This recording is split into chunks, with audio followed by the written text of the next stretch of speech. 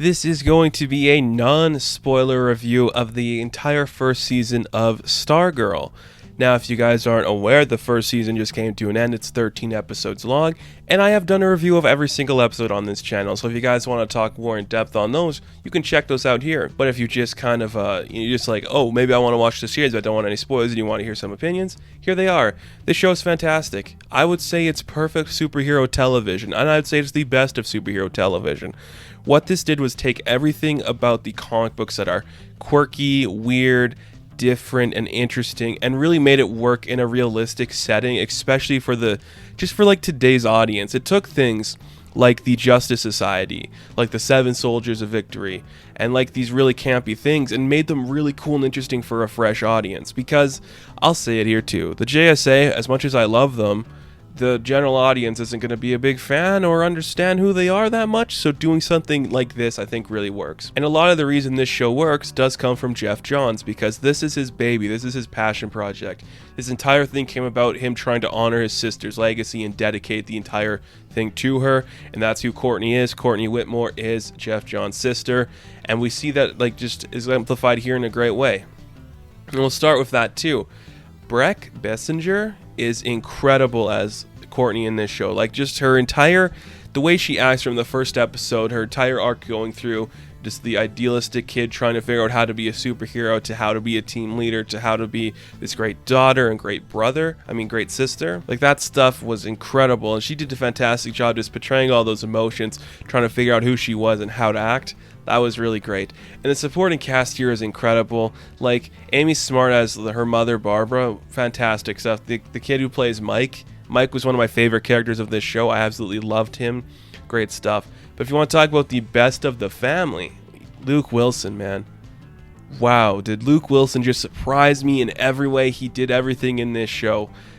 Just his character could have easily been this campy, nerdy guy that was very unlikable or very uninteresting, but somehow he made it work, and he made Stripey feel like this actual character who existed and deserved to be relevant and important. So I thought that's very impressive, and especially from somebody like Luke Wilson, who's kind of a known name, but not a big, huge name. I think it really worked and benefited the show. And like I said, this is about the JSA, and it's not about our, Ted Grant, Alan Scott, Jay Garrick, JSA. It's about the updated stuff. It's about the young people, and that's what we get here. And I'm not a big fan of the updated young people stuff when it comes to my television or when it comes to my comics, but I will say there's a few exceptions here and there that I do like.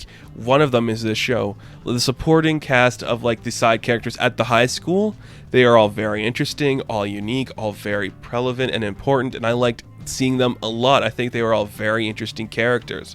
And they could have easily become stereotypes, but I think as the show progressed, they all found their footing a lot more in these really cool and interesting ways. Yolanda, her arc was really interesting to see. Just who she becomes in the show is really cool. And Beth, I started off really disliking the character of Beth, but just seeing where she came and how she got there, I thought that was really cool. But Rick Tyler, this kid, I'm telling you, the actor that plays Rick Tyler, he really is something else. I could see him being a big breakout star from this and doing some really cool stuff, and I hope he gets that chance, because this kid's got some talent. I'm telling you that. He is really talented, and it's really cool stuff. And on top of that too, it is being released on the CW, but it's with that DC Universe money, baby, and holy shit, does this look great. The cinematography is great, the score is great, the soundtrack's great, every song that's played at the beginning of the show, always cool to see, always great stuff. But these costumes, there is nothing else like these costumes when it comes to stuff on television. It's not dark and hiding in the shadows like it is on Titans.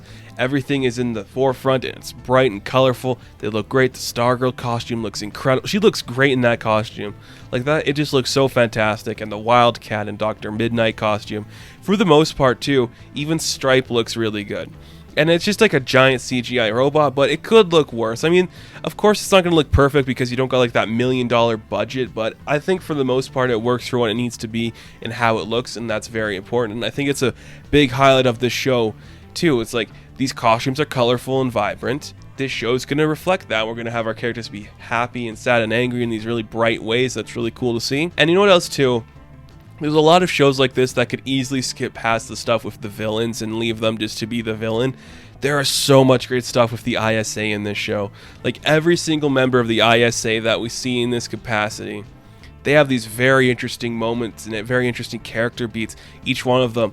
Jordan's Icicle is just insanely cool. Like, I would say he's a top tier. I'd put him next to like Vincent D'Onofrio's Daredevil Kingpin villain. Like, he's that good, and it's just really insane. And even Brainwave was fantastic. Sportsmaster, I've said it before too, for some reason Sportsmaster is very easy to make work on television. Tigress was cool to see, the Gambler was cool to see, the Fiddler was cool to see. They were all really, really interesting to see, and the fight scenes is unmatched.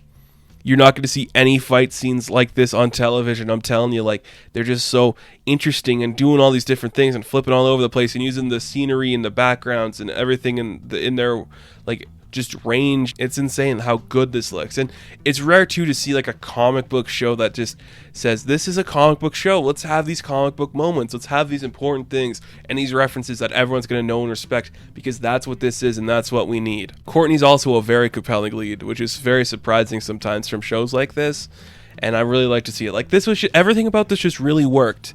Sure, it could get childish at times and it has to say certain things, you know, like sometimes the dialogue's a little too on the nose, but who cares? That's comic books. Sometimes the dialogue is on the nose, and it needs to be, so we can move past it and have something fun happen. And I'm really glad it did, because this show is very fantastic, and I enjoyed every second of it. I said it before in my reviews too. It has been so long since like a comic book property in a live action format has made me sit there and just smile with joy. Like, I can't believe I'm seeing this. This is everything I want. This gives me vibes of like the first Raimi Spider-Man, of the first time we saw Iron Man, of the classic Christopher Reeve Superman. It has those vibes, and not a lot of modern TV shows of superheroes have those vibes. But you just see the first time Courtney really uses the staff and she's flying around, I was like, this is perfect. I was smiling, I was giddy, I was very happy. And even at come towards the end of the season and some of the stuff that happens, I was just like tearing up, because I'm like, this is perfect. I've never felt this before watching a comic book property. So I'm so happy in this moment I can feel this. And it made me super excited and super happy. So it's well worth the watch, and you heard it here first. Not everyone's going to agree with me, but let me tell you, when I say this is the best superhero property on television, I'm not kidding. It is, and it always will be until something greater comes along. But I'm not sure what that could be, because I'm not sold on anything else coming. Except for, nope, nothing. Anything could go wrong for stuff, I don't know. But thank you guys so much for watching this non-spoiler review of Stargirl. Coming this week, I will be doing a spoiler discussion on a live stream, talking about this and Doom Patrol, so look out for that, guys, and I will catch you in the next video. Have fun, stay safe, good luck. Tsunami Studios.